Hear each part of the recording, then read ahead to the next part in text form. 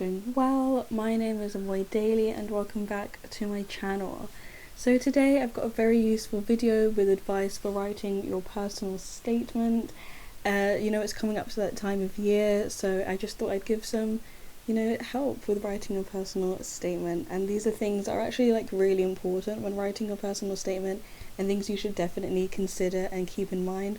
So if that's something that you need, keep watching. So the first piece of advice I have for you is really important, and this is to keep your personal statement relevant. Everything you mention in it should be relevant to the degree you want to study and why you want to study it. I recommend breaking your statement down into 3 sections. The first one being where you talk about why you are interested in this topic, in the subject or the degree you're doing, and what kind of piqued your interest in it and why do you want to study it further, for another 3 years. The second section, I recommend you talk about what things you have done in your own time to further solidify your interest in that subject and what did you gain from it as well. So if you've done any work experience, if you've read any books, went on any trips that really made you want to study that subject even more, talk about it in the second section. And in the third section, I'd recommend this be a little bit smaller, but where you talk about extracurricular things you've done that maybe don't directly correlate to your subject, but what skills you learnt from it that can be useful in studying your degree. So for example, for me in my extracurricular bit, I wrote down how I did lots of debating at school, and because I was studying to do a history degree, I was from that I have learnt analysis and argument skills which are useful in history. So whatever you were studying, make sure the extracurricular thing you talked about gave you skills that you can actually write about in your personal statement, because that is what they are looking for, and that helps you keep it relevant as well. And you're not just talking about some random trip you went on that doesn't have anything to do with your degree.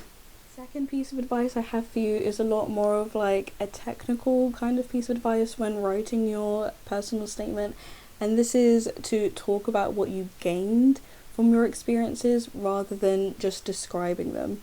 So for example, I talked about how I did this history program thing, and it would have been so easy for me to just go on a ramble about that program that I did, but instead I took a couple of sentences to say this is the program that I went on, this is what I did whilst I was there, and then spent the rest of a few more sentences talking about what I gained from that experience, how it relates to me studying history, and why that made me want to study history even more, and further go into my interest about it.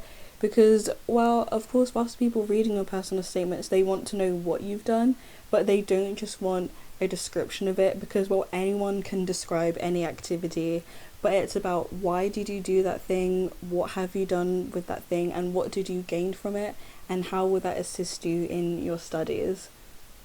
Now, this third piece of advice is more something that you shouldn't really do in your personal statement, and this is don't talk about your after uni plans in your personal statement unless it is really, really relevant to the subject you were studying. So for example, if you were applying to do medicine, then maybe you should talk about, why you want to be a doctor, because those are pathways that directly connect. However, if you're studying a subject and what you want to do after uni doesn't directly relate to that subject, don't talk about your after uni plans, because they don't care about that, because they're not going to be there when you're done with uni. They just want to know why you want to study at that uni and why they should accept you. So a good example is that in my original draft of my personal statement, I started talking about how I want to practice law and stuff after I finish my degree, but I'm applying to do a history degree and they don't really care about my law plans. And my teacher was yeah, they don't need to know that, cut that out. And it saved me characters and words which I used to talk about more relevant things. So yeah, unless your after uni plans directly relate to your degree, just avoid talking about them, because they don't care about that really. The next tip I have for you is so important, and it's kind of underrated, and this is have other people read your personal statement as well. And this is because, well, a fresh set of eyes reading your personal statement can highlight to you things that maybe you've missed, or maybe you've not worded a sentence so well. But obviously, you, as you're writing it, you get so used to reading it, it can become a bit harder for you to pick out any like kind of flaws in it or any kind of weak areas that could be improved upon. But asking someone else to read it, whether it's like your friend or your teacher or like a sibling or a parent, just be like, hey, can you read this? What do you think? Is there anything you think I should include? Anything I should take out? And that can be really helpful because, well, you kind of don't want your opinion on your work all the time because you're going to think it's good, like, regardless. But other people reading it, they can give you like constructive criticism, and that can be really helpful. And I had so many of my friends read my personal statement, and I read so many of theirs as well, and it's really useful, it's really helpful. Now, this next piece of advice, I cannot emphasize this enough. Do not leave writing your personal statement too late. Like, not even the week before, even a week before I think is still too late. Now, if you're like me and had to like apply early because you wanted to apply to Oxbridge, let's not talk about it, then you would have to get your personal statement in by like early October. I think it was October the 8th that I had to have it in by, but again, let's not discuss that. So there wasn't really an option for me to leave my personal statement too late. Pretty much as soon as I started year 13, for like a month and a bit straight, I was working on my personal statement. And even if you're not doing early admissions, early applications, and you're doing the general ones, still do not leave it too late. Just because there is a January UCAS deadline does not mean you wait until January to start writing it. And this is because, well, the earlier you start, the more drafts of your personal statement you can do, and the more likely you are to end up with a version of your personal statement that is better. Also, leaving it too late can be really stressful, especially if you want help from teachers, because, well, they're probably going to have other students also asking them for help. So the earlier you get started, the earlier that, you know, you can kind of have it done by, and it's less stressful as well. I would aim to have it done like way before the deadline rather than on the deadline. So yeah, do not leave it too late because it can be difficult to write a personal statement and you need time to deal with that.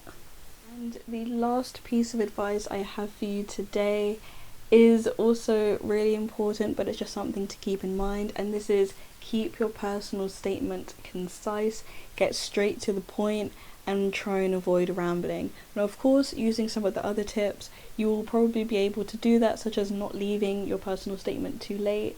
You can have more time to work on it and like shorten things down. But I suppose the point I'm trying to get is don't like ramble in your personal statement.